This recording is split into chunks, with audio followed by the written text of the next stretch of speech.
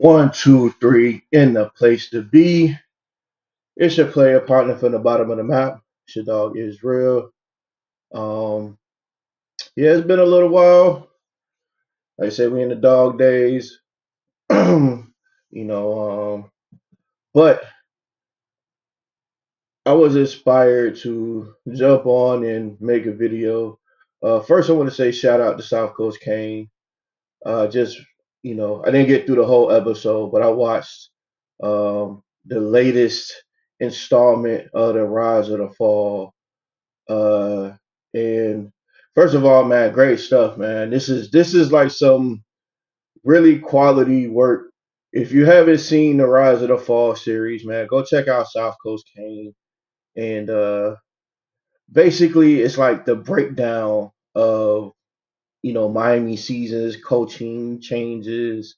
I think he started from the Larry Coker days and went through all the different eras from Randy Shannon to Mark Rick and all the various coaches we had, Manny, to Mario, Al Golden, just everybody in between. I think maybe he started at Butch.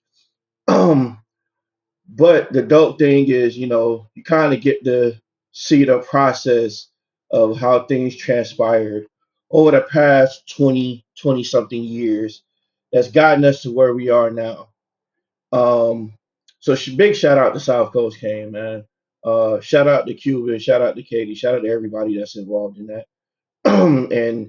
and contributes to that series because it really gives you a good breakdown of the games, what's happening during the season, player injuries, players in, out, kind of what's the stakes at different games, kind of what's the feel of the program after the beginning of the season, middle towards the end. But yeah, definitely go check out, the rise of the fall. Like I said, big shout out to my dog South Coast. But I had this on my mind, and that series kind of inspired me to go ahead and say this. And I say this because I'm already here. When is enough enough? And this is a question I have, and this is not even going to be a long video. I just want some feedback and some response. As a college football fan, which college football is slowly changing its feel from amateur athletics to professional athletics. And college football was predicated on its fan base, like rabid fan bases.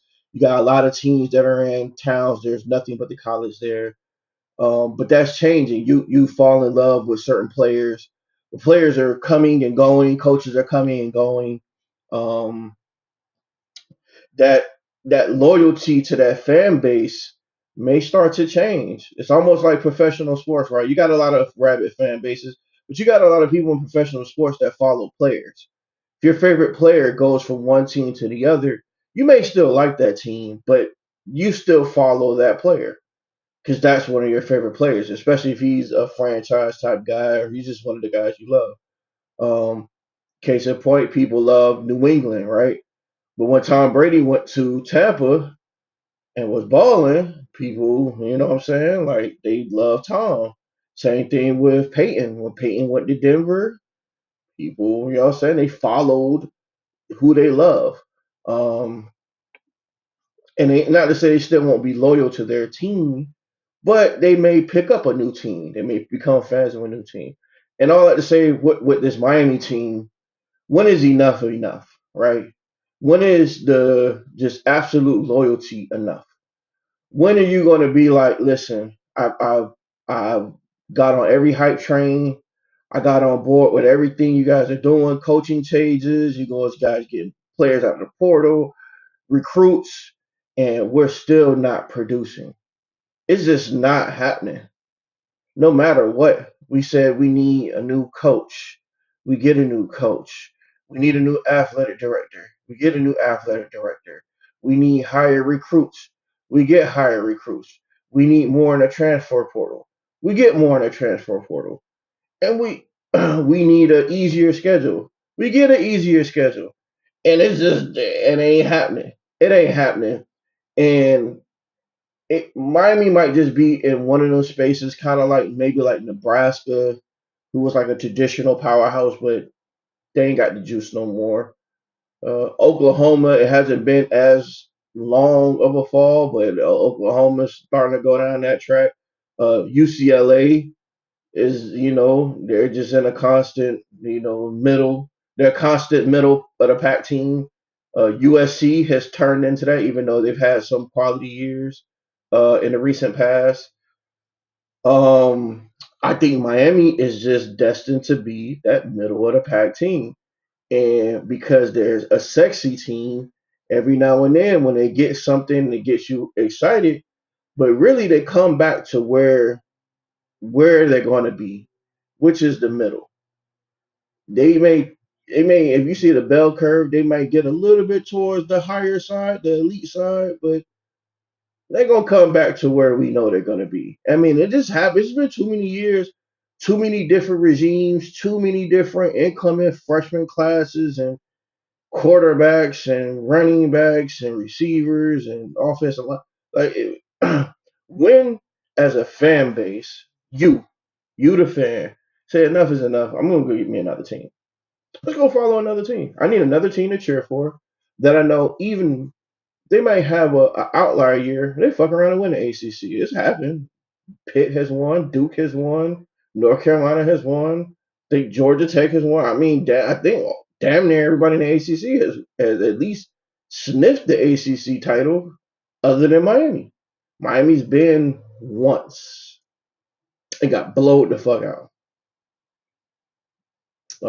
If I'm not mistaken, we got the shit beat out of us by Clemson. I don't think we've made it back any other time.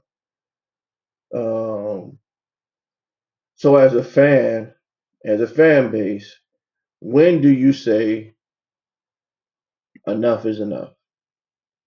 And what are some other teams you're interested in? Because there's this absolute loyalty. You should have that, especially the way that college football, the dynamics of the money and NIL. You should give your loyalty to a fan base that's gonna produce something. Not to a fan base, my bad. To a team that's gonna produce something, right? You want to see your team win. You want to see your team when they get hope. You know what I'm saying? Like they produce something. They give you something. Even when we get to the bowl games, it's almost like a foregone conclusion. We're gonna get our ass whooped. We was getting our ass whooped by Wisconsin for years in a row. Nebraska. We was getting, we got our ass whooped by Iowa State and whoever else we play. We were getting our ass whooped. LSU beat us and then beat our ass in the tunnel, and it's just too many bad memories, right? Not enough good memories. And at what point do you say enough is enough? We've we've had. There's nothing else to give you. It's almost like I've given you everything possible to be successful, and you're just not producing. It's just not happening. And trying to find another team. Um, at what point do you say, yeah, I gotta have a secondary team to root for, and if Miami gets to to the promised land, then so be it. But you want to have a team that actually wins. Like you cheer because you want to see your team win. And I'm gonna get into this later, but last point, especially for Miami natives, it's a lot of Miami Hurricane fans is not from Miami, but people that's from Miami, we're so used to winning. It's easy for us to just be like, man, I'll find another team. Florida Panthers, the Marlins, whenever, ever so decade they decide to keep players and they get good. The Heat, whenever they decide, to keep players and get good. Um, the Dolphins, whenever they decide to keep players and coaches and try to win. There's too many other sports franchises, even a soccer team, to where like when they actually put in the effort, decide to keep players, put money into the program, the organization, the players, the coaches, they produce. I mean, we got championships across the wazoo.